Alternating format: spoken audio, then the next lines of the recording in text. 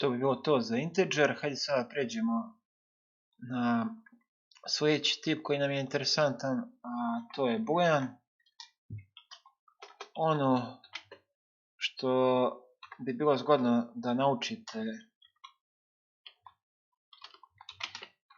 već sad jeste kako da koristite if upite. To je konstrukt gdje mi postavimo pitanje ako je nešto tačno i onda zavisno od tog odgovora ćemo izvršiti neki rezultat. I onda možemo staviti else i onda će se izvršiti rezultat ako taj naš upit nije tačan.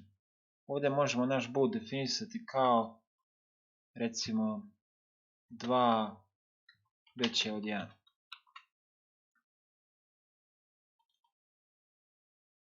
I sada ako ova vrijednost dobije vrijednost true, izvršit će se sve što mi definišemo u ovom ovdje bloku. Možemo ispisati vrijednost je true.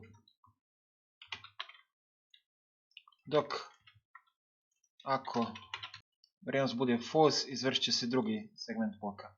Ovo je jako bitan logički konstrukt koji ćete koristiti jako često. Ja vam sad dajem samo kratak uvod, a poslije ćemo pričati detaljnije o njemu. Kad sada i ovo da izvršimo, provjerit ćemo da li je 2 veće od 1. 2 jeste veće od 1, rezultat je true i ušli smo u vrijednost je true.